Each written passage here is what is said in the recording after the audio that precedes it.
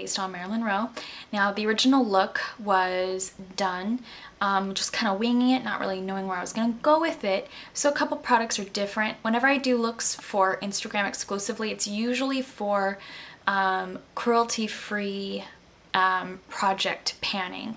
I do that just to use up products that I previously purchased before I went cruelty-free. So the pigment is not as great.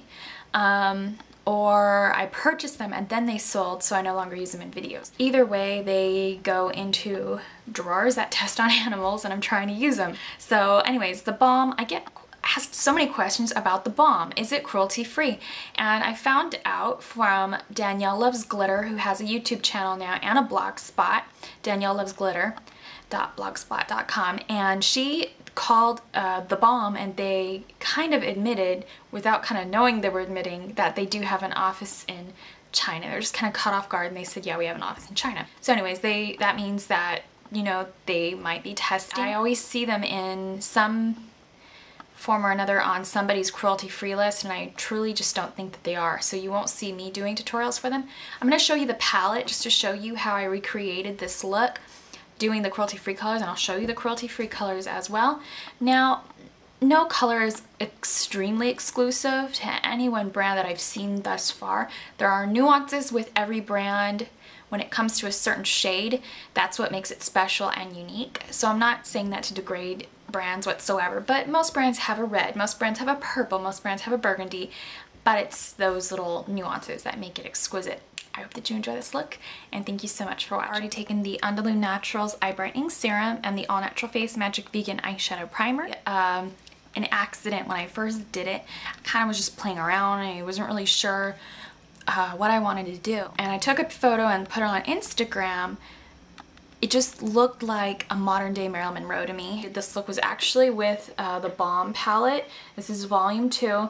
Now, just a heads up, because I'm bringing this to light because I wanted to mention that they do have a China office, but I'm going to be recreating this look. When I originally did this look, the lid color was Devilish Danielle, and it's basically kind of a dupe of Stila's Kitten. I'm going to take Pumpkin and Poppies in the buff, which is also a pretty good version of Stila's Kitten as well. My e.l.f. eyeshadow C brush.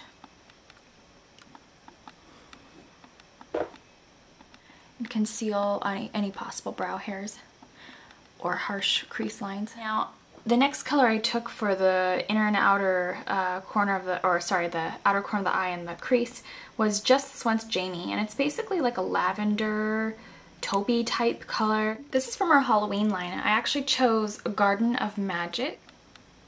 We'll place this in the outer corner.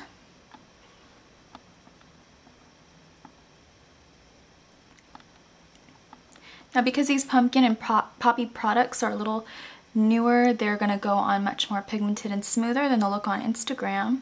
Now I'm going to take my Inglot YSM Young Skin Makeup Pressed Powder in number 40. This is actually pretty close to Max Orb. And, you know, shimmery brow bones are not really, you know, on trend with makeup at all, especially, you know, like foiled brow bones. In the Balm palette was Feisty Felicia, right there. I'm gonna take Pumpkin Poppy's Harlot, place this in the outer corner. I know Wet n Wild palettes have this, like the Petal Pusher palette. You could actually probably take the Petal Pusher palette for this look. You don't necessarily have to have these. I'm just gonna buff that in. And I do mean buff, that way you kind of make the color a little less strong. And Garden of Magic. And just go through the outer corner of Harlot.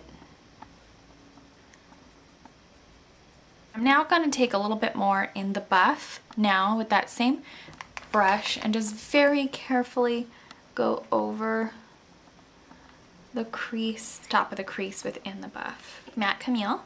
I'm going to place this on the lower lash line. Of Magic. And I put the base on the lower lash line just so that the eyeshadow could stick easier in the buff in the inner corner. I'm going to be taking the Josie Maran. My original Instagram photo did have Inglot gel liner on. In case you're wondering. And and I just really want to get those lashes sticking up. Mr. Winks, they're the number 119s. Marilyn Monroe did wear very lengthy lashes. The original look I did with Red Cherry 138s, which are very long and also very fluttery. So these are just going to be a little bit thinner than that. Take Red Menace, which came out with Meet Me in Montauk, and it's basically similar to Urban Decay's Glide on Cheek Tint in the shade Crush, but this one's a little bit more pigmented. And in some photos she has on a lot more pinky blush than some others. She definitely had, you know, a very full face of makeup. Now I'm going to take Kimber and we're just going to do the front part of the cheek. e.l.f. stipple brush. Take Tarte Moisturizing Bronzer and just sort of touch it up. This goes on very smooth and works with so many skin tones. I think even if you are a fan of Pumpkin Poppy's Oak Bark, you could still use this. Just use it with a light hand. I love the way this looks on all skin tones. Little Rock highlighter. This was inspired by Marilyn Monroe, and it's actually very close to MAC Silver Dusk, but it's a little bit more pink. So I'm just going to go ahead and take this shade. I'm going to take Inglot number 67. These Pumpkin Poppy lip liners you can use as a lip liner if you want. They're a little creamy, so you can also use them as lipsticks. So I just needed a base to keep it on a little longer. I'm going to take this accurately named Playboy Mommy. Although she never actually became an actual physical mom herself.